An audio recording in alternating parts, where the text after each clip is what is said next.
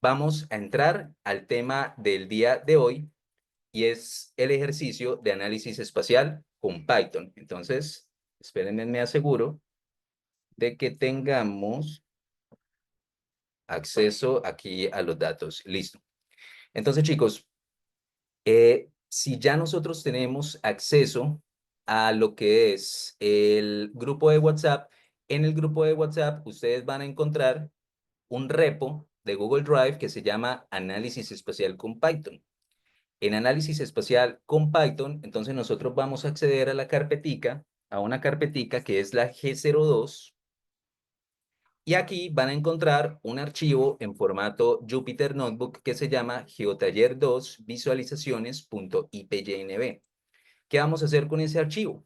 Nosotros le vamos a dar clic derecho y le vamos a dar aquí clic en descargar. Esperamos a que se nos descargue a nuestra máquina local. ¿Y qué vamos a hacer?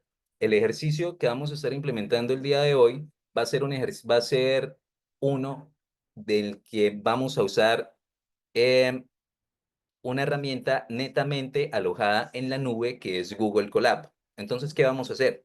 Nosotros nos vamos a ir a una cuenta de Gmail personal, que es la única herramienta que ustedes necesitan. No necesitan hacer instalaciones de intérprete de Python, ni editores de código, de absolutamente nada.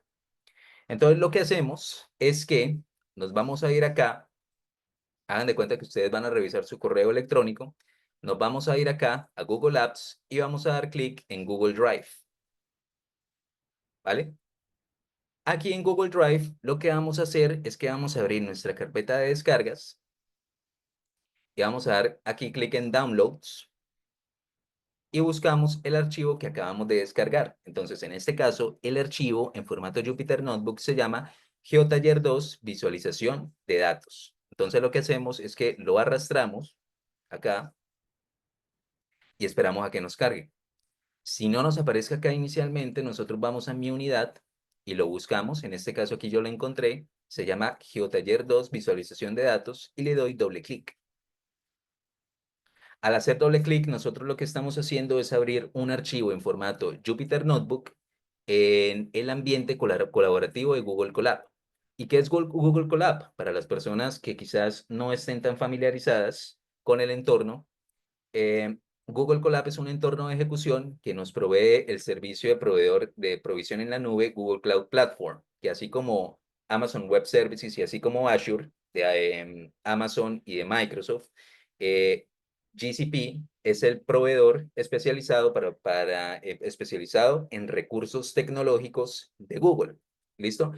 Entre todos esos servicios hay un entorno de ejecución llamado Google Colab que lo que nos permite incluso si nosotros no tenemos servicios pagos o servicios premium con nuestras cuentas de Gmail personales, incluso, ¿qué nos dice Google Colab? Oiga, nosotros le vamos a dar un espacio en la nube. ¿Qué quiere decir eso? Que usted va a utilizar un computador que no es suyo, con recursos computacionales que no son suyos, de manera en que pueda ejecutar código en Python a través de otra tecnología que se llaman los Jupyter Notebooks. Ese mismo Jupyter Notebook que nosotros estamos trabajando en el geotaller de hoy, nosotros podríamos también trabajarlo desde nuestras máquinas locales. ¿Cuál va a ser la diferencia? Que cuando nosotros lo implementamos en nuestra máquina local, nosotros tenemos que hacer uso de nuestros propios recursos, tenemos que instalar el entorno de desarrollo, tenemos que tener nuestro editor de código, tenemos que instalar nuestras versiones del intérprete de Python, tenemos que manejar nuestras propias dependencias, ¿sí? Y si no, si de pronto somos usuarios más avanzados, le instalamos Docker para construir contenedores y aislar nuestras propias dependencias, nuestro propio sistema operativo, en fin, como uno se quiera complicar. ¿Qué pasa? Que para las personas que están aprendiendo Python o para las personas que digamos que no se desempeñan como profesionales en software o profesionales en datos, ¿sí? Que son un tipo de profesional que tienen que implementar buenas prácticas de ingeniería de software, em, tienen que implementar control de versiones, tienen que hacer trabajos colaborativos en grupo. Para personas que apenas están iniciando, Google Colab les brinda el entorno de ejecución perfecto. ¿Por qué? Porque no tienen que hacer instalaciones, no se tienen que preocupar por gestionar dependencias y causar conflictos en su propia máquina, no se tienen que preocupar de que si causan un error tengan que formatear su computador a su condición base, a su estado base prácticamente para poder seguir trabajando. Entonces, desde Google Colab, nosotros tenemos acceso prácticamente a otro computador y cuando nosotros terminamos de trabajar en una sesión, esa sesión se reinicia y se le provee a otra persona para ahorrar recursos computacionales. Ahora, habiendo hecho una introducción a lo que es Google Colab, vamos a ver cuál es el tema de nuestra clase del día de hoy. El geotaller se llama Análisis y Visualización de Datos Espaciales con Python. ¿Qué vamos a aprender? Vamos a aprender los fundamentos del análisis y visualización de datos espaciales utilizando Python y Google Colab.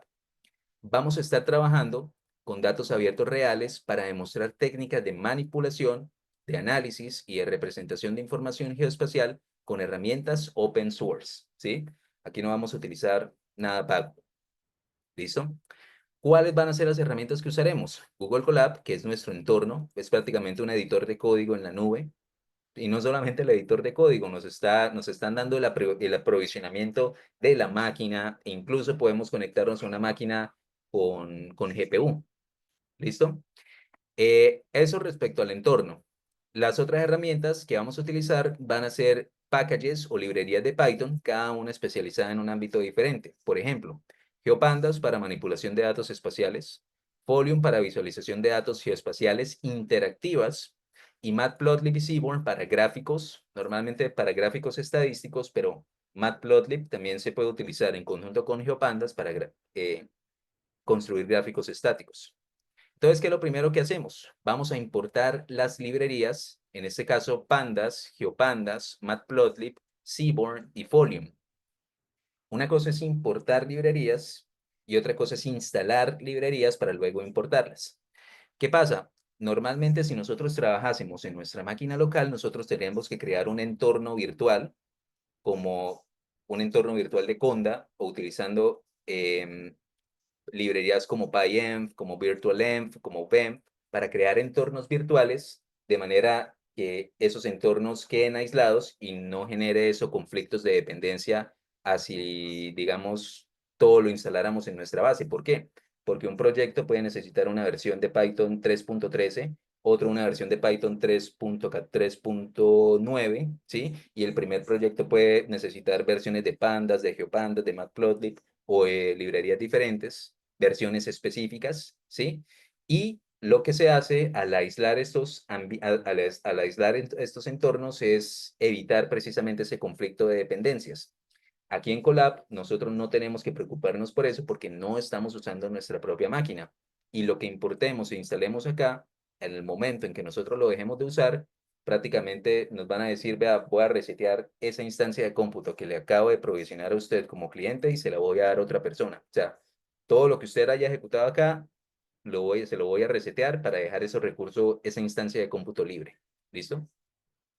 Entonces, ese es el primer paso. Importamos las librerías más importantes del ejercicio de hoy. Ahora, con respecto a los datos. ¿De dónde van a salir los datos que vamos a estar utilizando?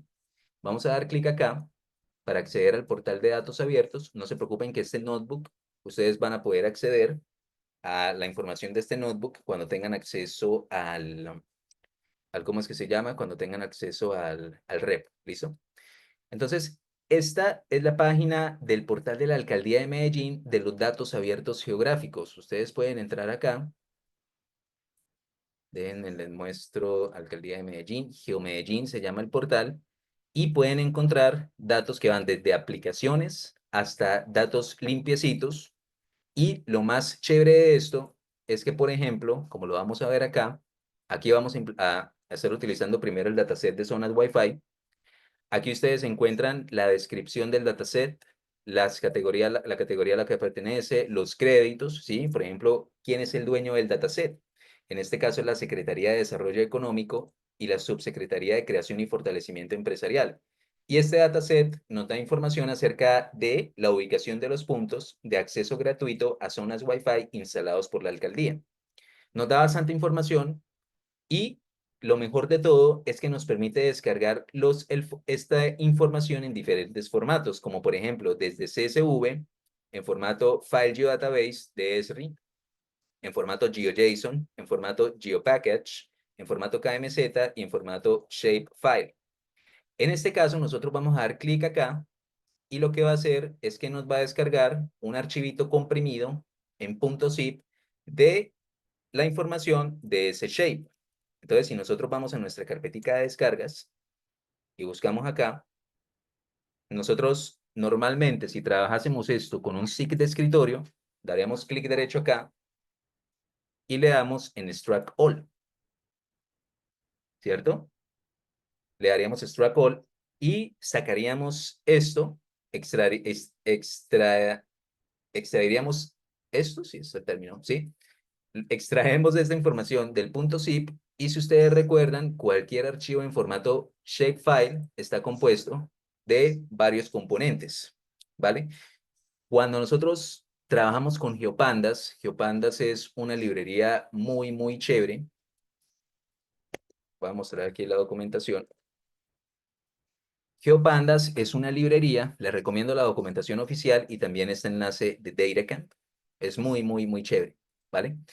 Pero GeoPandas es una librería chévere porque nos permite hacer la lectura de archivos que normalmente vienen en un formato que nos está haciendo referencia a que tiene una componente espacial.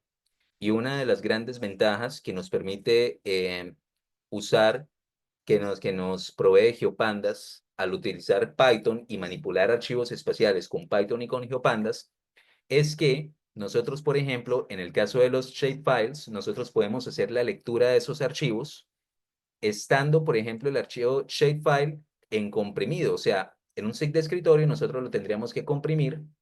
¿Qué es comprimir? Pero acá, a nuestro entorno de Google Colab e incluso a nuestro, si estuviéramos trabajando GeoPandas desde nuestra máquina local, nosotros podríamos importarlo sin mayor problema.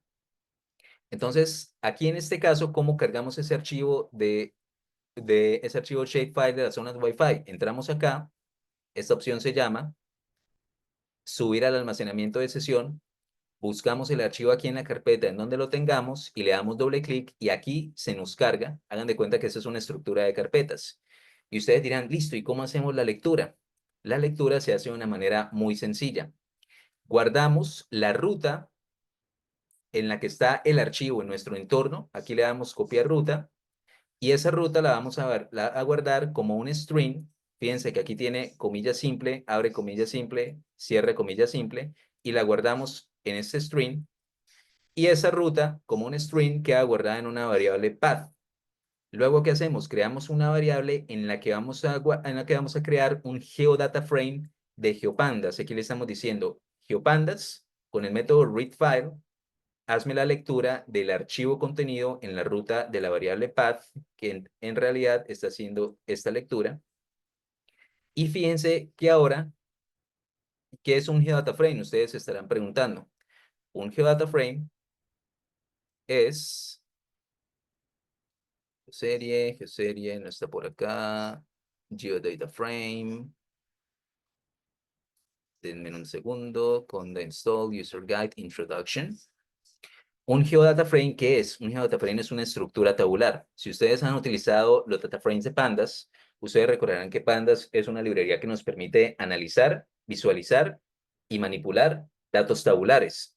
¿Cuál es la diferencia entre GeoPandas y Pandas? GeoPandas es prácticamente la misma librería, solamente que GeoPandas nos permite ir un paso más allá en lo que respecta a la manipulación de datos espaciales y es que puede crear una columna llamada geometry, ¿sí? Y adicionársela a esa estructura tabular, de manera que esa columna geometry es la que nos permite decirle a GeoPandas, mire, este archivo del que le estamos tratando de hacer la lectura ya tiene un componente de ubicación, sea un punto, sea una línea o sea un polígono, ¿sí? Eso es lo que diferencia a un geodata frame de un data frame. Aquí en este caso ya creamos un geodata frame, zonas Wi-Fi, y podemos utilizar métodos como tail, que fíjense lo que está haciendo tail. Tail, con el método tail, nosotros podemos observar las últimas filas del geodata frame. Entonces aquí en este caso, vemos que tiene IDUNE, las columnas son IDUNE, nombre SID, código de comuna, comuna, barrio, dirección, X MACNAMED, Y MACNAMED. Si nosotros nos vamos a el dataset de Wi-Fi gratis y descargamos este dataset en un formato CSV y lo abrimos con Excel, fíjense que acá prácticamente tiene exactamente la misma información. Aunque bueno, aquí nos sale con espacios en blanco, pero es la misma información. Entonces vean lo fácil y sencillo que es hacer lectura de datos con Python y con GeoPandas y Pandas. En este caso, estamos creando una estructura tabular. Prácticamente lo descargamos en un formato shapefile y a diferencia, digamos, de si lo hubiéramos hecho con un SIG de escritorio, eso nos hubiera tomado un poquito más de tiempo. Otro atributo chévere de GeoPandas es que no solamente nos deja ver esta información en formato tabular, sino que también, fíjense que con el atributo CRS, nos permite acceder al sistema de coordenadas, sea un sistema de coordenadas geográficas o un sistema de coordenadas planas. Aquí en este caso, si yo me voy a la columna Geometry, cada vez que ustedes vean la columna Geometry en un Geodata Frame, ahí se pueden cerciorar de que el Geodata Frame se está creando correctamente. Y ya vamos a ver para qué sirve esta columna Geometry. Esta columna Geometry, fíjense, estas no son coordenadas de latitud y longitud, sino que son coordenadas planas y hacen referencia al sistema de coordenadas de origen nacional de Colombia, el EPSG 9377. Aquí cambió la notación, pero normalmente aparece ¿cómo es que se llama? Esa referencia, ¿vale? Y las cosas más chéveres de GeoPandas es que con el método plot, ¿sí? Aquí GeoPandas está trabajando digamos que bajo cuerda, junto con una librería llamada Matplotlib, que es una librería que nos permite hacer visualización de datos. Y cuando nosotros tenemos un GeoDataFrame como zonas Wi-Fi y aplicamos el método plot, en realidad lo que está haciendo ese GeoDataFrame es tomar la información de la columna Geometry. Entonces, ¿para qué? Para visualizar cada uno de esos 332 puntos. Y aquí fíjense que nos está diciendo, esta columna Geometry hace referencia a un objeto de tipo punto. Si utilizamos zonas Wi-Fi.plot, vemos que aquí tenemos coordenadas en X y coordenadas en Y, ¿vale? Ahora, vamos a visualizar los datos espaciales en mapas. Dijimos que con el método plot podríamos visualizar la información de la columna Geometry de un GeoData Frame. Pero ustedes dirán, bueno, esa visualización está chévere, pero a mí me gustaría ponerle más cositas. De pronto un título, de pronto el nombre del eje X, el nombre del eje Y, colorcitos, un mapa base, así como lo puedo hacer en un SIG de escritorio. Y claro que lo podemos hacer. ¿Cómo se puede mejorar esa visualización? Entonces, aquí yo les dejé la documentación de Matplotlib. Si la quieren cacharrear más adelante, yo les comienzo que ingresen aquí en User Guide e ingresen a la sección Quick Start Guide. Aquí en Quick Start Guide, aquí nos explican cuáles son las partes de cualquier figura de Matplotlib y nos explican más adelante que funciona bajo el paradigma de la programación orientada a objetos. ¿Cómo? En Matplotlib se crean dos instancias o dos objetos muy importantes, una instancia figure y una instancia access que hace referencia a este lienzo. Y sobre esa instancia access, cualquier elemento que esté dentro de esta instancia access, sea el título, el nombre del eje X, el nombre del eje Y, las grillas, e incluso las gráficas, en este caso, por ejemplo, estas curvas, los ticks en el eje X y los ticks en el eje Y, ¿sí? Y cualquier tipo de dato que esté sobre este lienzo van a ser instancias que se creen sobre esa instancia access. Entonces, primero una instancia figure, luego una instancia access y luego todo lo que esté dentro de esa instancia access, que es este contenedor, ¿sí? E incluso en la misma documentación de Matplotlib se trata como contenedor, todo van a ser, digamos que instancias hijas. Entonces, ¿cómo podemos personalizar nosotros los gráficos utilizando Matplotlib? Creamos la instancia figure y la instancia access. Ese es el método subplots del módulo pyplot de Matplotlib, que nos permite con una sola línea de código crear estos dos contenedores, ¿sí? Fíjense que si yo comento esto, aquí me van a crear el contenedor solito, pero a medida que yo vaya añadiendo, por ejemplo, el GeoDataFrame Zonas Wi-Fi sobre este contenedor, voy añadiendo primero los puntos de la zona Wi-Fi. Luego le digo, con la instancia access vamos a agregarle un título, este acá, la distribución de zonas Wi-Fi. Después le quiero poner aquí me perdonará, no es longitud, sino coordenada en X.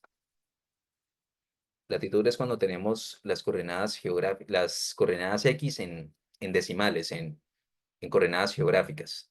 Coordenada en X, y aquí ya me apareció el nombre del eje X. Esta va a ser coordenada en Y.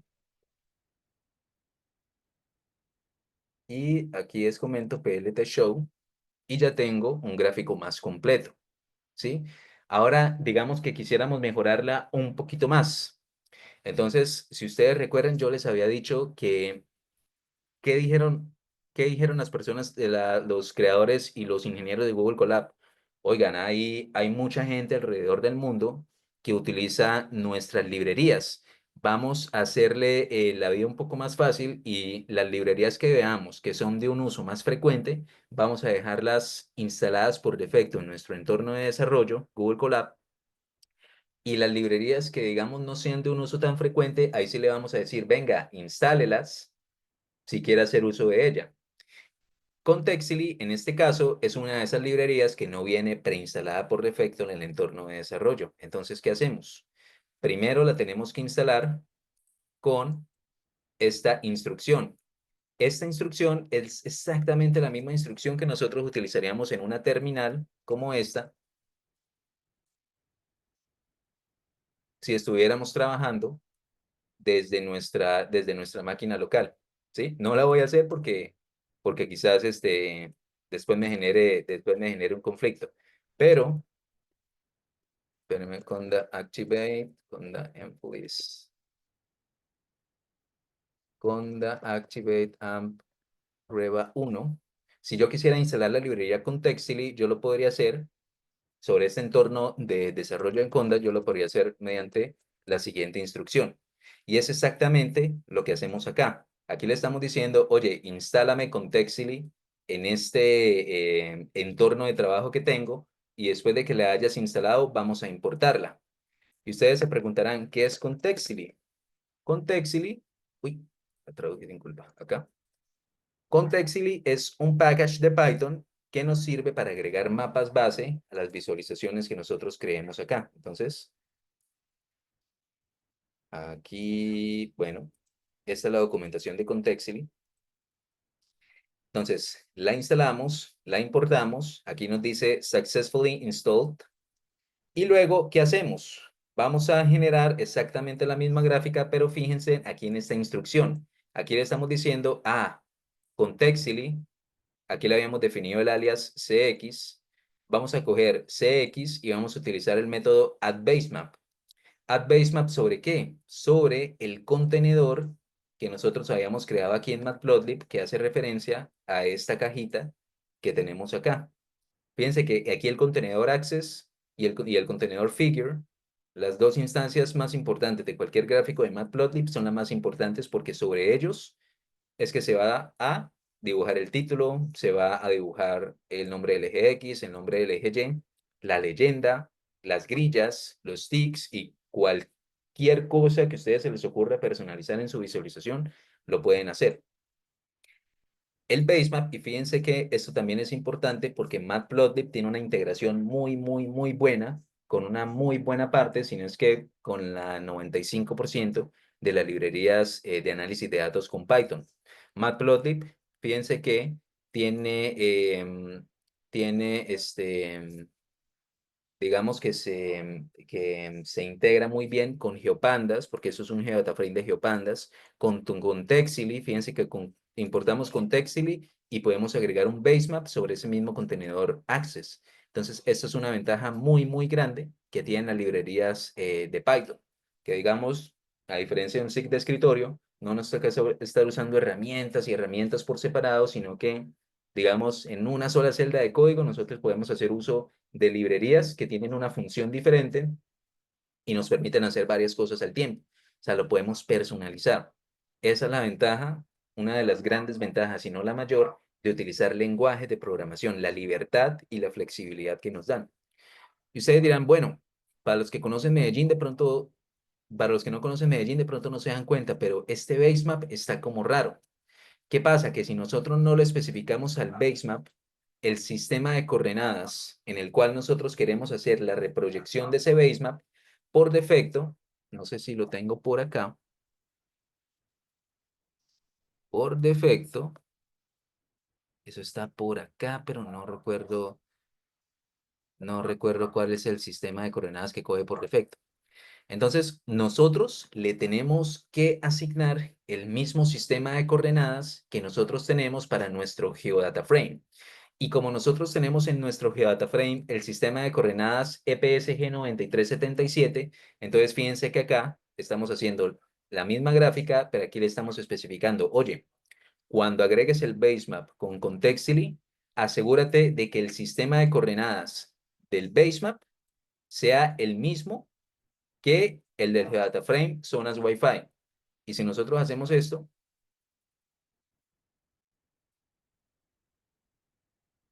fíjense cómo nos cambia. Ah, ahora sí, tenemos acá Bello, Copacabana, San Sebastián de las Palmitas, San Sebastián de Palmitas, y aquí ya tenemos el basemap ajustado del proveedor OpenStreetMap. Si no se lo especificamos acá, nos da por defecto el proveedor de OpenStreetMap y ya podemos conocer como un mejor contexto de en dónde están ubicados nuestros datos de las zonas Wi-Fi.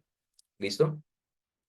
Ahora, con Python no solamente podemos crear visualizaciones estáticas como esta, también podemos crear visualizaciones interactivas con una librería llamada Folium, que es esta de acá. ¿Y qué es Folium? Aquí nos dice, Folium está construida sobre las fortalezas del ecosistema de Python y las fortalezas de las capacidades de mapeo de la librería Leaflet.js de JavaScript. ¿Qué pasa? Que Folium nació como un approach encaminado a coger las visualizaciones, digamos que yo podría decir sin miedo a equivocarme que JavaScript si no es el mejor, está entre el top 5 de los lenguajes de los mejores de lenguajes de programación para crear visualizaciones de datos. Las visualizaciones que se crean con JavaScript son espectaculares. Y Folium es un intento de replicar esas, esa potencialidad, esas fortalezas de visualización de datos de JavaScript y traérselas a Python. Digamos que no en un 100%, pero sí es una especie de approach, podríamos decir, ¿vale? Yo les recomiendo mucho esta sección de Getting Started, donde nos explican cómo hacer uso de Folium. Aquí nos explican cómo instalarlo utilizando el gestor de paquetes pip de Python o un entorno de desarrollo en Conda. Pero como aquí estamos trabajando en Google Colab, esto, no se me confundan, esto sirve para cuando queremos instalarlo en un entorno virtual en nuestras máquinas locales. Pero en Google Colab, lo único que tenemos que hacer es importarlo porque aquí ya viene preinstalado. Entonces, ¿cómo empezamos a utilizar Folium? Folium tiene un objeto primordial, que es el objeto mapa. ¿Cómo creamos ese objeto mapa? ¿El objeto mapa para qué sirve? Para crear una visualización inicial centrado en un punto. ¿Qué quiere decir eso? Que con el objeto mapa nosotros creamos esta instancia, esta visualización interactiva, en donde yo le especifico, me creas el objeto de mapa M con llamando a Folium con el método map para crear ese objeto mapa y le voy a decir que ese objeto mapa va a empezar en esta ubicación de latitud y longitud y con un zoom star igual de 12. ¿Qué quiere decir esto? Que si yo le doy estos parámetros, el centro del mapa, todo el centro va a estar ubicado aquí en este puntico que nosotros tenemos acá, ¿sí? Entonces, en este caso, ya creamos una visualización centrada en el municipio de Medellín, ¿sí? Aquí podría ser cualquier punto que ustedes quieran. Podrían coger, digamos, un atractivo turístico. En este caso, pues, cogimos un punto al azar. Ahora, sobre ese objeto mapa, nosotros quisiéramos agregar la información de nuestro GeoData Frame zonas Wi-Fi, ¿sí? En este caso, zonas Wi-Fi pues hacen referencia a la ubicación de los puntos de instalación de zonas Wi-Fi por la alcaldía de Medellín. ¿Qué pasa? Como esto es un GeoData Frame, nosotros podríamos utilizar Bueno, es un Geodata Frame, pero con la librería Folium, que es, se me perdió, denme un segundito, con la librería Folium, nosotros podríamos agregar puntos, puntos mediante el método marker o circle marker, que aparece por acá. Getting started, adding markers, es específicamente este punto. Sin embargo, pues acá en la documentación oficial nos dan los ejemplos con puntos en latitud y longitud que están como listas de Python. Pero acá, ¿qué pasa? Aquí los tenemos la información como Geodata Frame, ¿vale? Entonces, ¿qué tenemos que hacer nosotros? Como tenemos un Geodata Frame compuesto por 332 registros y lo que nos interesa para la, ¿cómo es que se llama? No, lo que nos interesa para agregar esos puntos a Folium es la información que nos provea las columnas latitud y longitud o la columna geometry. Entonces, nosotros utilizamos este bucle for en, digamos que en equipo con el método interrows. Cuando nosotros utilizamos un bucle for y el método interrows sobre un geodata frame, lo que nosotros estamos haciendo es recorrer las filas de ese geodata frame. Eso es lo que hacemos acá. For IDX row in zonas Wi-Fi interrows. Aquí estamos recorriendo cada una de las filas, ¿sí? Y lo que hacemos acá es que a medida que recorra cada una de las filas, en este caso son 332 filas, eso significa que va a ser 332 iteraciones. Por cada una de las iteraciones vamos a coger con Folium el método marker, y el método marker sirve para plotear un punto que tenga latitud y longitud en un objeto mapa de Folium.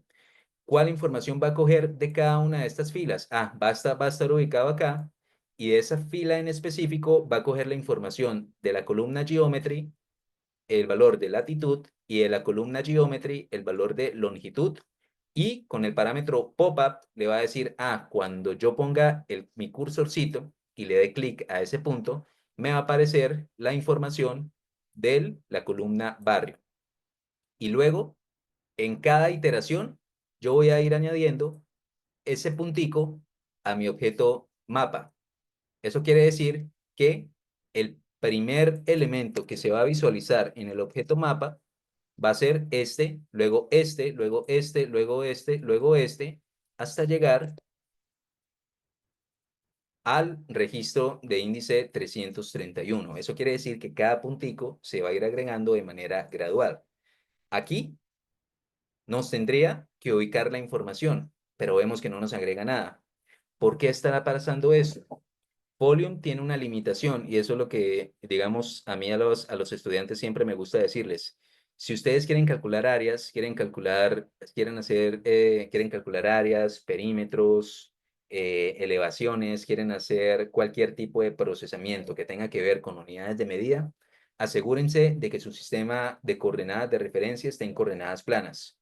Pero lo contrario pasa cuando ustedes quieren generar una visualización. Por ejemplo, cuando ustedes quieren crear una aplicación web, siempre tienen que asegurarse de que la información de la capa que ustedes tengan esté en coordenadas geográficas. ¿Por qué? Porque el sistema de coordenadas geográficas es el único que es compatible con las herramientas de visualización de datos espaciales en la web. Y en este caso, eso es lo que estamos haciendo con Folio. ¿Qué quiere decir esto? Que nosotros tenemos que hacer la reproyección de ese geodata frame de zonas Wi-Fi al sistema de coordenadas geográficas latitud, longitud. Eso lo podemos hacer mediante una función muy sencilla de Python llamada reproject. ¿Qué hacemos con esta función? Entonces, esta función recibe como parámetro el geodata frame original y el sistema de coordenadas al que yo le quiero hacer la transformación. ¿Y qué hace la función? Primero, crea una copia del GeoDataFrame original para no modificar el GeoDataFrame original. Entonces decimos, GDF copy es igual a GeoDataFrame original, y utilizando el método copy. Luego, cuando tiene la copia del GeoDataFrame original, entonces lo que hace es reproyectar el GeoDataFrame al sistema de coordenadas dado. ¿Cómo se hace eso? GeoPandas, y eso es una de las cosas chéveres de GeoPandas. GeoPandas hace uso de una librería muy importante llamada PyProch. PyProch es una librería que nos permite nos permite tratar con todo lo relacionado a proyecciones y a sistemas de coordenadas de referencia. PyTorch ya normalmente no se usa así solita, sino que muchas de sus funcionalidades están integradas con GeoPandas. Entre ellas, el método GeoPandas, ToCRS, nos permite a través de PyTorch hacer ese ejercicio de reproyección. ¿Y cómo? ToCRS quiere decir conviértemela a un sistema de coordenadas objetivo.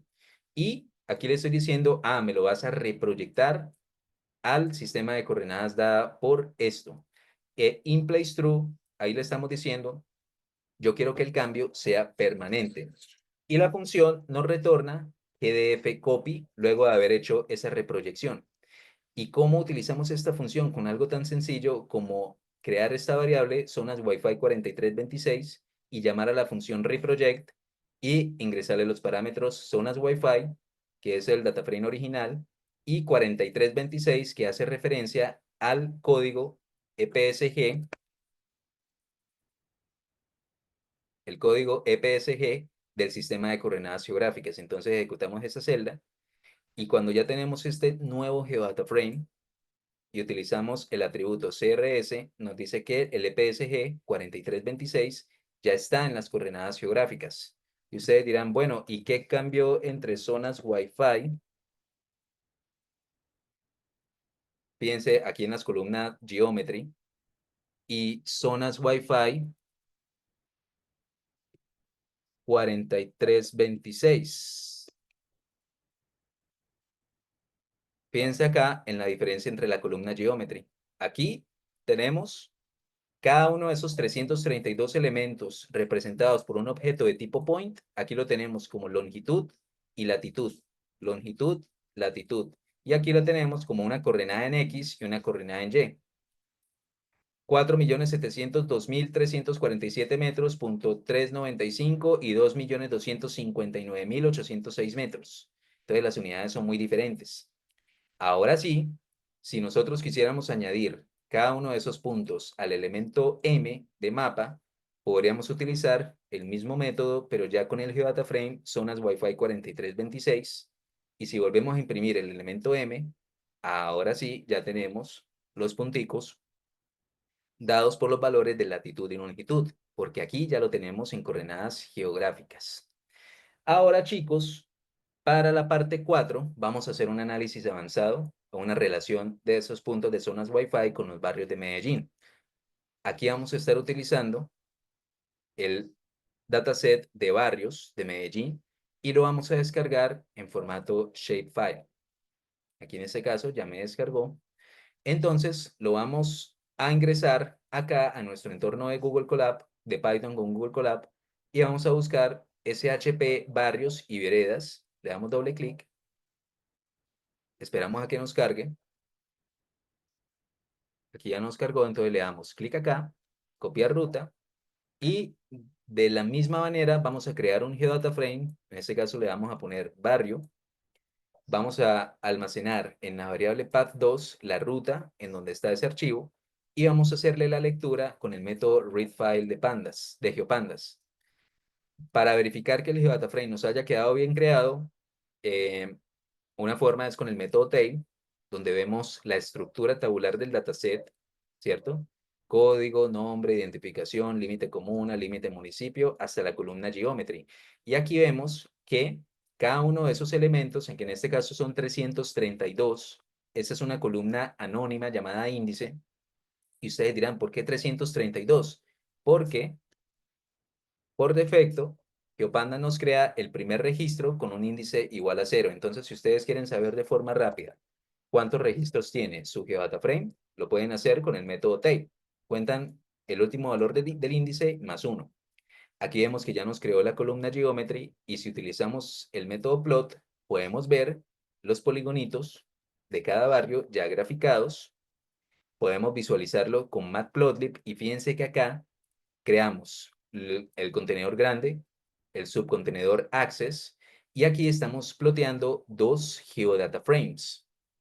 Aquí le estamos diciendo que el barrio, nosotros queremos que el color de todos los polígonos sea blanco, el color de borde sea negro, y que tenga un alfa igual a 0.9. Alfa hace referencia a la opacidad. Si yo se la cambio aquí por 0.3, fíjense que los polígonos me van a quedar transparentes. Vamos a dejarla en 0.9. Y acá el color igual a red. Aquí estamos modificando los atributos del GeoDataFrame Zonas Wi-Fi, que es el que habíamos creado anteriormente. Fíjense que aquí estamos utilizando el de las coordenadas planas. El de las coordenadas geográficas solamente lo creamos para hacer la visualización en Folium. Y le decimos color igual a red, pero yo le podría decir color igual a blue. Uy, me escaché. Eso, ahora sí. Color igual a blue. Y nosotros podemos personalizar prácticamente la información de nuestros GeoDataFrames como querramos. ¿Listo? Ahora, a mí me gustaría saber las zonas Wi-Fi, en qué barrio están cayendo. Entonces, no sé si ustedes estén familiarizados con SQL, con el gestor, con PostgreSQL, con el método Spatial Join. Con el método Spatial Join, vamos a buscarlo acá.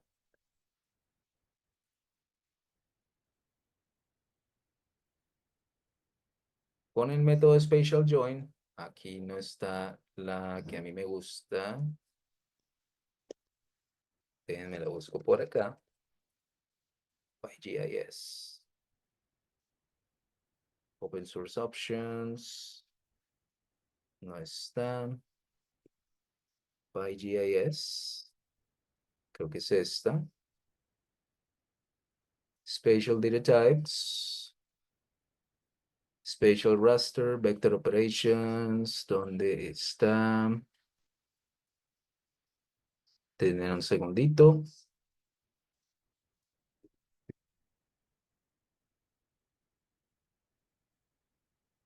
Joins, acá. Esta es una forma más fácil de ver cómo funcionan los Spatial Joins. Entonces, en este caso, nosotros vamos a usar la relación, el predicado within, que es este de acá. Y lo que tenemos es una relación entre puntos y polígonos. Entonces la buscamos puntos aquí en las filas y polígonos. ¿Qué estamos buscando? Nosotros estamos buscando que entre un geodata-frame de puntos, que es la zona Wi-Fi, y un geodata-frame de polígonos, que son los barrios, nos cumpla con un predicado espacial que es el within.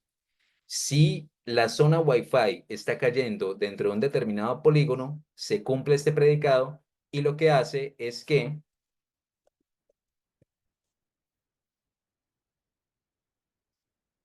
volumes y acá barrios, columns, lo que hace es que barrio. Lo que hace es que se va a traer la información de las columnas de barrio y se las va a traer a el GeoData Frame zonas Wi-Fi. Entonces, lo que estamos haciendo aquí es que utilizar el Spatial Join de manera en que creemos un GeoData Frame nuevo que sea producto de decir zonas Wi-Fi, le voy a hacer un Spatial Join. ¿Para qué? Para que me traiga las columnas del GeoData Frame barrio a el geodata frame de zonas Wi-Fi, o sea, vamos a tener un geodata frame con las columnas de este y de este, siempre y cuando me cumpla con este predicado espacial within, o sea, que cada uno de esos punticos de zona Wi-Fi esté dentro de un polígono. Si cumple con esa condición, se lo va a traer la información, y si no, va a dejar ese campo como un valor nulo. En how igual a left, nosotros le estamos especificando qué queremos. Eso es un left join, que queremos conservar toda la información del geodata frame de la izquierda, en este caso de las zonas Wi-Fi, independientemente de si se cumple la relación del predicado espacial o no. Entonces ejecutamos esta celda de código y cuando tenemos zonas Wi-Fi barrio y le ejecutamos la celda de código, fíjense que acá ya tiene la información de IDUNE, nombre sitio, código comuna, que eran las originales de zonas Wi-Fi, y se trae la información de nombre, identificador, límite de comuna, límite de municipio, y esto en específico, la columna nombre, hace referencia a la información del barrio. ¿Listo? Ahora, ¿qué pasa? Hay columnas que a mí no me sirven. Por ejemplo, las columnas código de comuna, comuna, barrio, X magnamet, Y magnamet, identificador, límite de comuna, que están acá, esas no nos sirven, son columnas que sobran y yo las puedo eliminar. ¿Cómo las puedo eliminar? Nos ayudamos de las estructuras de Python, en este caso de las listas. Las listas de Python nos ayudan a almacenar valores. En este caso, ¿para qué la usamos? Creamos una lista de Python llamada columnas a eliminar y le decimos, vamos a almacenar los nombres de cada una de esas columnas. Y luego voy a sobreescribir el GeoDataFrame zonas Wi-Fi barrio y le voy a decir que ese mismo GeoDataFrame le voy a borrar con el método drop. El método drop me permite borrar con el parámetro columns cierto número de ciertas columnas. Y como estas columnas ya las tengo en una lista de Python, generalmente usamos esto para cuando tenemos muchas columnas. Entonces, ¿qué pasa? Que esto se va a ir aquí a la lista de Python y le va a decir, esa lista de Python me está diciendo que desde esta hasta esta son columnas basura y las puedo eliminar. Entonces, fíjense que acá, cuando volvemos a utilizar el método info y sobreescribimos el GeoDataFrame, ya tenemos 13 columnas en vez de 21 columnas que eran inicialmente las que teníamos acá. Ahora, vamos a suponer que nos interesa el siguiente dato. Digamos que a nosotros nos preguntan cuántas zonas Wi-Fi hay por barrio y cuántas zonas Wi-Fi hay en área urbana y en área rural. Aquí ya podemos usar funciones de agregación y de agrupación, muy parecido a como lo hacemos con SQL. Entonces quisiéramos saber cuántas zonas Wi-Fi hay por barrio. Esa fue la razón por la que nosotros no utilizamos el Spatial Join, para saber por medio de una relación espacial en qué barrio estaba cayendo cada una de esas zonas Wi-Fi. Entonces, ¿cómo podemos determinar esta información? Creamos un data frame nuevo llamado zonas por barrio y decimos que zonas por barrio es igual a coger el geodata frame zonas Wi-Fi barrio, que es el que tiene la información de los barrios, y lo agrupamos con el método group by por la columna nombre. Nombre es el nombre del barrio, el que nos trajimos con el special join, y le decimos acá hasIndex igual a false. Eso quiere decir que no nos toma la columna nombre como índice. Esto es útil para cuando nosotros queremos, esto digamos que nos da más flexibilidad. Y utilizamos el método AG de agregación y le decimos, abro paréntesis, cierro paréntesis, y aquí es donde le hago referencia a la función de agregación que quiero usar. Quiero que se cuenten, quiero que se sumen, quiero que se dividan, quiero sacar el máximo o el mínimo, quiero sacar el valor promedio o el de la desviación estándar. Aquí en este caso los quiero contar. Yo quiero agrupar mis registros dependiendo de las categorías, agrupar mi geodata frame en subregistros, de manera que cada subregistro me haga a referencia a una categoría de barrio. Y a cada una de esas categorías yo le voy a aplicar la función count para contar ese número de observaciones. Y en este data frame zonas por barrio, fíjense que aquí tenemos los valores de los barrios. En este caso aquí son barrios y veredas, porque estamos tratando tanto con suelo urbano como rural. Y aquí en esta columna IDUNE nos está contando el número de observaciones que hay dependiendo de estas categorías. Pero digamos que quisiéramos visualizarlo de forma descendente. Yo quiero saber cuál es el barrio o vereda con el mayor número de zonas Wi-Fi. Entonces, esto lo podemos hacer ya teniendo el data frame zonas por barrio. Utilizamos el método sortValues y le decimos, me vas a organizar esto por el campo IDUNE, ascending false. Eso quiere decir que va a estar ordenado de forma descendente, in place true. Entonces, de esta manera, nos fijamos que en la Candelaria tiene 11 zonas Wi-Fi, el Atanasio Girardot tiene 11 zonas Wi-Fi, el área de expansión Pajarito tiene 6, y la última acá, de 170, tiene una solita, ¿sí?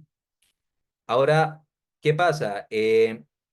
Esta columna nombre y esta columna IDUNE, yo sé que hace referencia a barrio vereda o número de zonas Wi-Fi en ese barrio o vereda.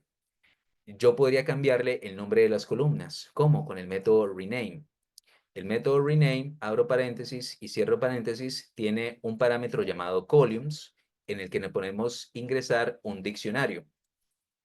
Si recordamos, un diccionario es una estructura de Python, una estructura de datos que nos permite almacenar valores en key values, en pares key values. Entonces, acá en el parámetro columns, el key value sirve para coger como key el nombre actual de la columna y como value el nombre de la columna nuevo que quiero que quede. Y aquí en este caso, yo le estoy diciendo nombre me lo vas a cambiar por barrio vereda, IDUNE me lo vas a cambiar por número de zonas Wi-Fi, in place true quiere decir que el cambio va a ser permanente.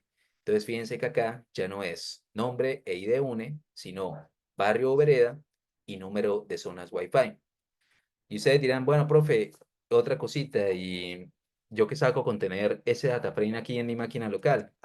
Nosotros les podemos decir, descarga el data frame, zonas por barrio, utilizando el modelo grande de lenguaje de la IA generativa en Google Gemini, a mi máquina local, y acá, con el método toCSV, aquí nos va a aparecer el archivito, si lo hicimos de la manera correcta, le damos aquí clic en descargar, y aquí ya nos aparece la información. Eso nos sirve cuando queremos hacer análisis de datos rápidos, ¿vale? Ahora vamos a hacer el ejercicio por área urbana y por área rural. Y para esto vamos a utilizar la columna subtipo barrio, ¿vale? Entonces, subtipo barrio, si utilizamos el método unique, tiene dos valores. Esto nos arroja un array con dos valores, 2 y 1, ¿vale? Em, de hecho, si utilizamos estos zonas Wi-Fi barrio.plot volume igual a subtipo va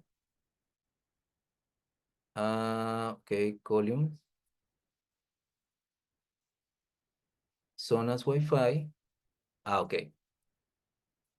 AXN es igual y barrio.plot sobre AXN, sorder igual a 1, alfa igual a 0.9, sorder igual a 2, uy,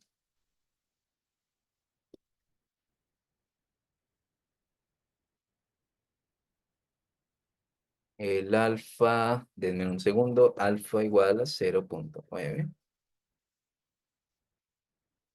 ¿Por qué aparece con esa transparencia? Denme un segundito. Listo. Si ustedes se fijan, esta variable subtipo barrio nos está haciendo referencia a en dónde caen, en dónde está el suelo rural y en dónde está el suelo urbano y en dónde está el suelo rural. Entonces nosotros queremos hacer la distinción por utilizando la columna subtipo barrio. En este caso, uno nos está haciendo referencia, vamos a agregarle legend igual a true. Uno nos está haciendo referencia a las zonas Wi-Fi en el casco urbano y dos nos está haciendo referencia a las zonas Wi-Fi en el suelo rural. Y fíjense que acá este valor nos lo está delimitando como por 1 o 2 y esos son valores continuos. Nosotros quisiéramos utilizar categorías de texto para especificar cuáles hacen parte del área rural y cuáles hacen parte del área urbana. Para esto podemos sobreescribir los valores en la columna subtipo BA y le podemos decir, subtipo BA, la columna, va a ser igual a aplicar una función anónima o lambda en la que vamos a coger cada uno de los elementos, para cada uno de los registros de zonas Wi-Fi barrio. En esta columna, aquí le vamos a decir lambda X, o sea, para cada elemento en la columna subtipo BA, le vamos a decir que nos va a retornar el string urbano si X es igual a 1. Y si no, vamos a decir que nos va a cambiar el valor por rural. Y como solamente tiene dos valores, uno para urbano y dos para rural, si volvemos a mirar lo que hay en esta columna, subtipo BA, fíjense que ya nos cambia los valores por rural, rural, rural, rural o urbano. Y si le aplicamos el método unique, aquí nos tiene que arrojar únicamente dos valores, o rural o urbano. ¿Listo? Ahora sí, Si nosotros volvemos a hacer un ejercicio parecido al que hicimos por barrios, creamos el data frame, cogemos el geodata frame zonas Wi-Fi barrio, lo agrupamos, en este caso por subtipo BA, y utilizamos la función de agregación count. Aquí tenemos que para rural tenemos 41 zonas Wi-Fi y para urbano tenemos 291. ¿Lo podemos corroborar? Vamos a crear otra vez esta visualización y vamos a verla de forma gráfica. Y efectivamente, la mayor parte de las zonas Wi-Fi aquí nos están cayendo en el área urbana, en este caso 291, 291, y en la parte rural pues nos están cayendo muy poquitas, 41. Esa la podemos organizar de manera descendente, con 291 acá, en el área urbana y en el área rural solamente 41, y le podemos cambiar el nombre de las columnas, porque yo no quiero que eso se vea como subtipo BA. Yo quiero que el nombre sea clasificación de suelo y no quiero que el nombre sea IDUNE, sino que quiero que el nombre sea número de zonas Wi-Fi. Y lo tenemos ya acá. Y ya para ir finalizando, chicos, podemos también hacer gráficos estadísticos. Por ejemplo, teníamos aquí para el data frame original que tenemos la información de 170 barrios y veredas, pero digamos que a mí me dicen, oiga, yo quiero determinar cuáles son los 10 barrios o veredas con el mayor número de zonas Wi-Fi. Entonces creo otro data frame, zonas por barrio top 10, y eso lo podemos crear de una forma bastante sencilla. El nuevo data frame va a ser igual a coger zonas por barrio, que es el que tenía la información de 170 barrios y veredas, y con el método head solamente escojo los 10 primeros porque ya los habíamos organizado de forma descendente, o sea, desde el mayor al menor. Y si imprimimos en pantalla zonas por barrio top 10, tenemos que este es el top 10. Bueno, aquí vamos a hacerle un reset index. Eso ya, aquí se ve más organizadito. Entonces tenemos que van desde la Candelaria hasta las Independencias.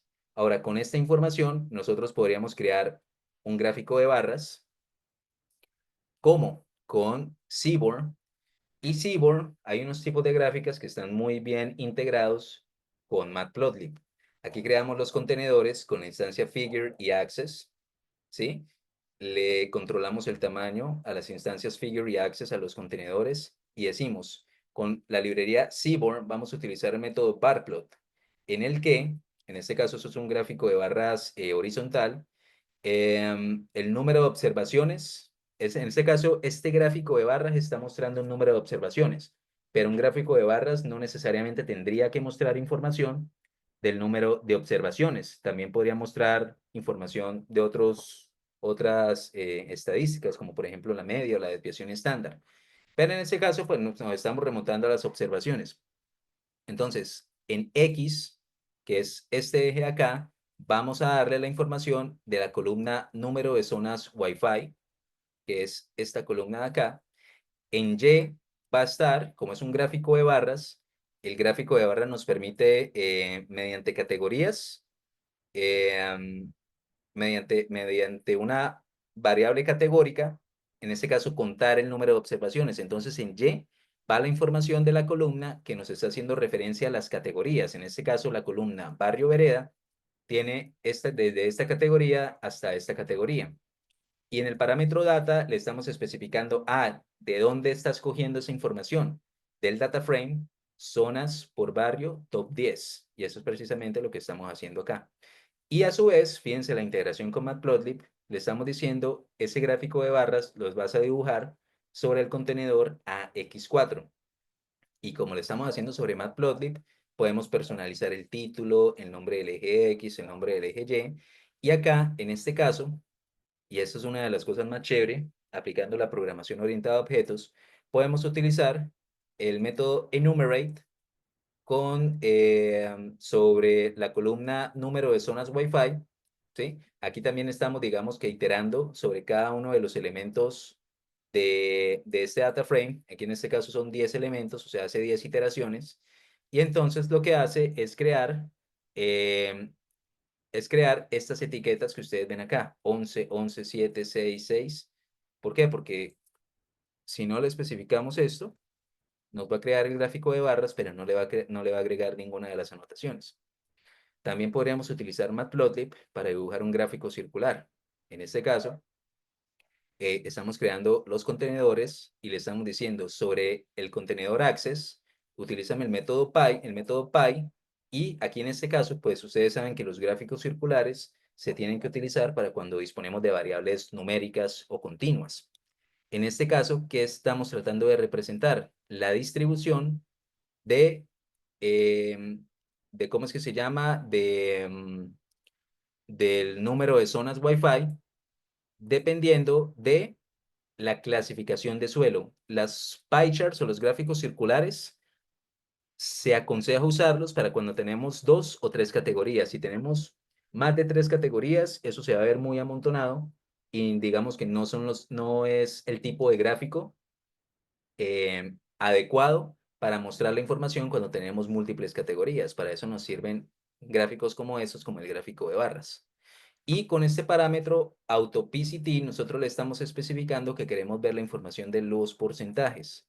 Entonces, fíjense que acá tenemos, en realidad lo que estamos representando es esto, ¿sí? Pero le estamos diciendo labels, las etiquetas de ese pie chart van a estar dadas por el data frame, zonas por suelo, la columna clasificación de suelo, ¿vale? Y finalmente, chicos, ya para terminar, nosotros, utilizando Matplotlib, podemos coger todos estos gráficos que habíamos creado. Aquí en este caso vamos a integrarle CX at basemap. Uy, para que se vea más bonito.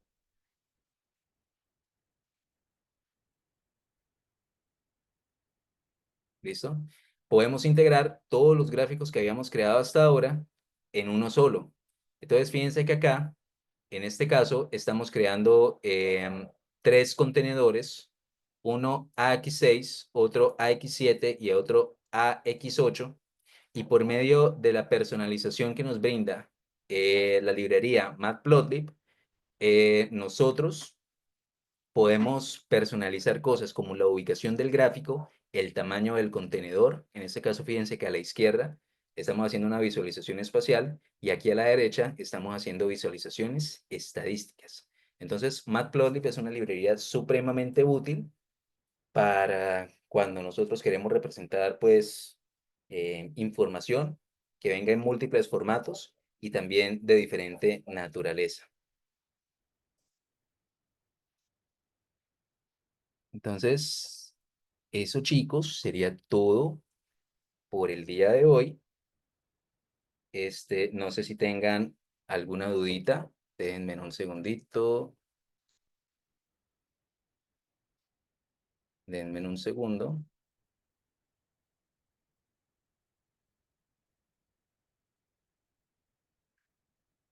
Ok, aquí me preguntan, en lugar de shapefile, ¿puedes acceder a un servicio WMS? Sí, sí, lo puedes hacer. De hecho, en algunos ejercicios de nuestro curso premium, nosotros utilizamos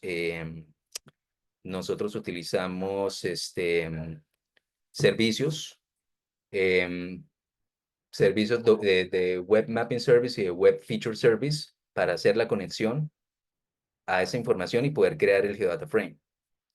Ah, bueno, una cosa que olvidé mencionarles, voy a compartirles nuevamente pantalla, es la siguiente, chicos. Acá les quería recordar, denme un segundito, les quería recordar que nosotros tenemos un grupo privado de WhatsApp. Entonces, no sé si puedan ver la pantalla en estos momentos, denme un segundo. Pantalla, screen,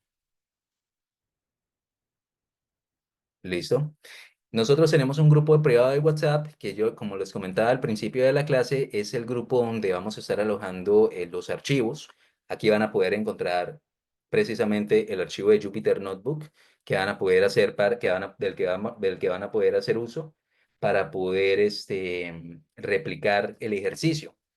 Si de pronto no lo tienen a la mano, ya se los comparto por acá. Se los voy a poner aquí. Voy a compartir. Y también por acá. Y ya les voy a explicar en qué consiste el certificado, ¿vale? Entonces, chicos, la certificación es opcional, ¿listo? Para el tema de la certificación, ustedes se pueden meter, pueden ingresar por medio de este enlace. Entonces, se los voy a compartir por acá y también por aquí, ¿listo? Entonces, esta certificación es opcional. ¿Qué quiere decir? Que la van a poder obtener mediante dos formas. Una mediante el acceso al curso experto, que ya vamos a explicar en detalle en qué consiste el temario de este curso experto, ¿sí? Si ustedes acceden al curso experto, pues van a tener por defecto tanto la certificación como el curso experto, así como también la de los geotalleres que vayamos utilizando, y también la pueden hacer por separado, ¿sí?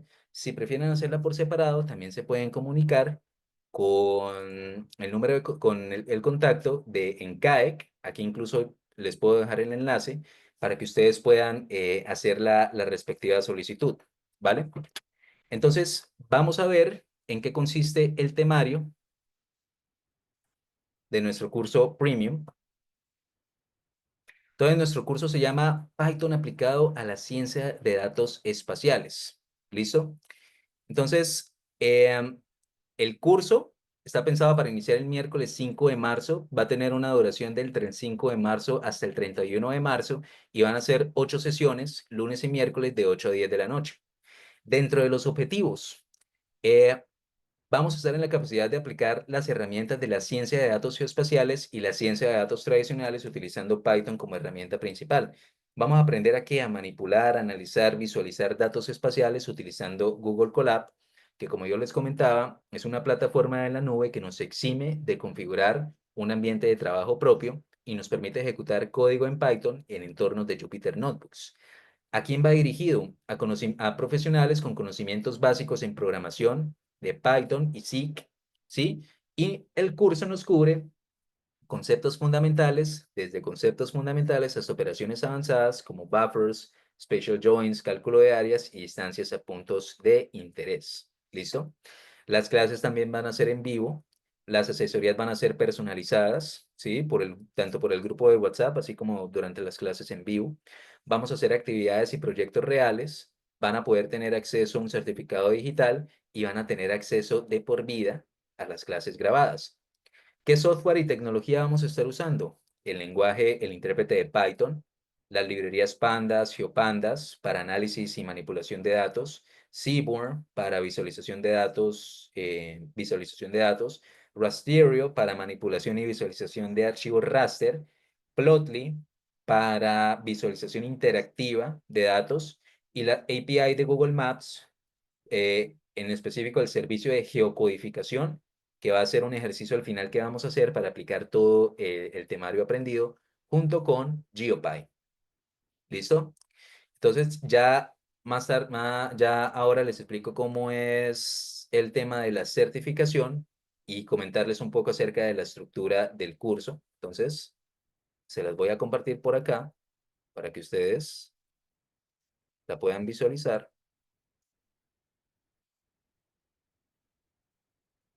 si están interesados. ¿Listo? Entonces, denme un segundo. Por acá. No, aquí no es. Listo.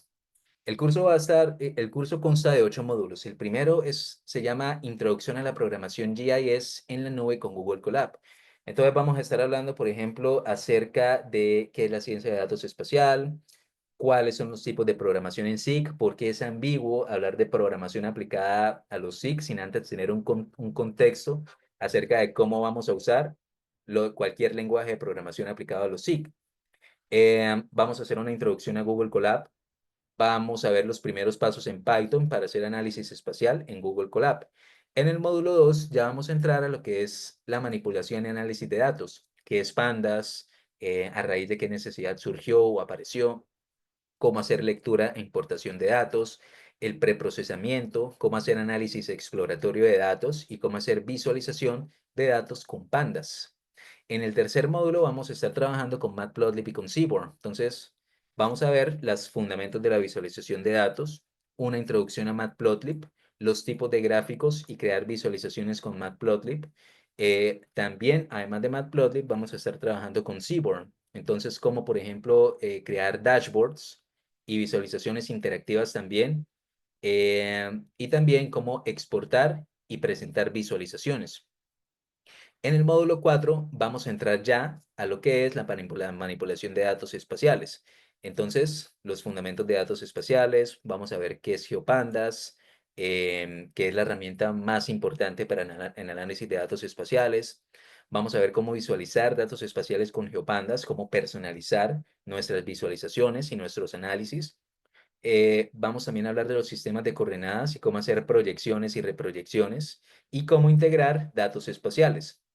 En el módulo 5 vamos a ver cómo crear y analizar, cómo hacer creación y análisis espacial de geometrías.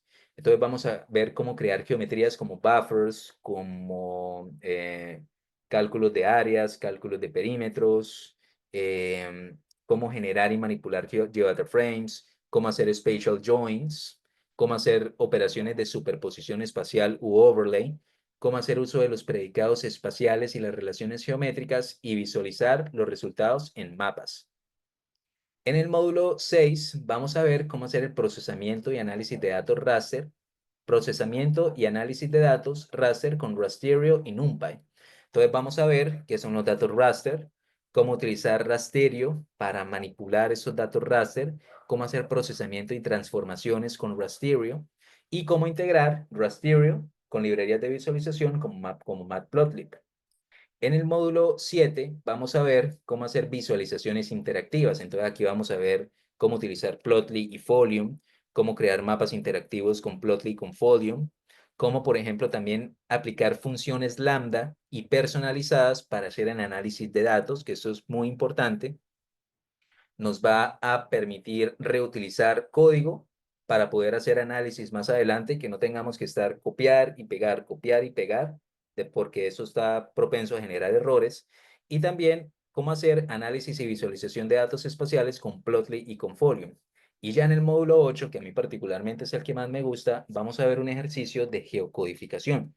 Y vamos a aprender cómo pasar de direcciones, cómo empezar con un conjunto de datos desde que lo extraemos desde la web utilizando una extensión de Chrome, sucio, depurado, con caracteres especiales, con errores, y a ese dataset lo vamos a tener que descargar, lo vamos a tener que analizar, hacerle sus respectivas transformaciones, limpiarle caracteres especiales, limpiarle valores duplicados, eliminarle columnas. Vamos a aplicar todo lo visto, vamos a hacer un análisis exploratorio, vamos a crear visualizaciones y vamos a transformar ese data frame luego a un geodata frame con el que vamos a poder hacer el respectivo proceso de, bueno, mentiras, primero va el proceso de geocodificación, transformar esas calles y carreras, ¿sí? En una determinada ubicación a coordenadas de latitud y longitud, y luego llevar eso a Geodata Frame y luego sacar análisis, como por ejemplo la distancia de cada punto de interés, de cada punto. Vamos a estar trabajando con información de hoteles, cómo calcular la distancia de cada uno de esos puntos de hoteles a ciertas ubicaciones de atractivos turísticos y cómo crear análisis y visualizaciones atractivas. ¿Listo, chicos?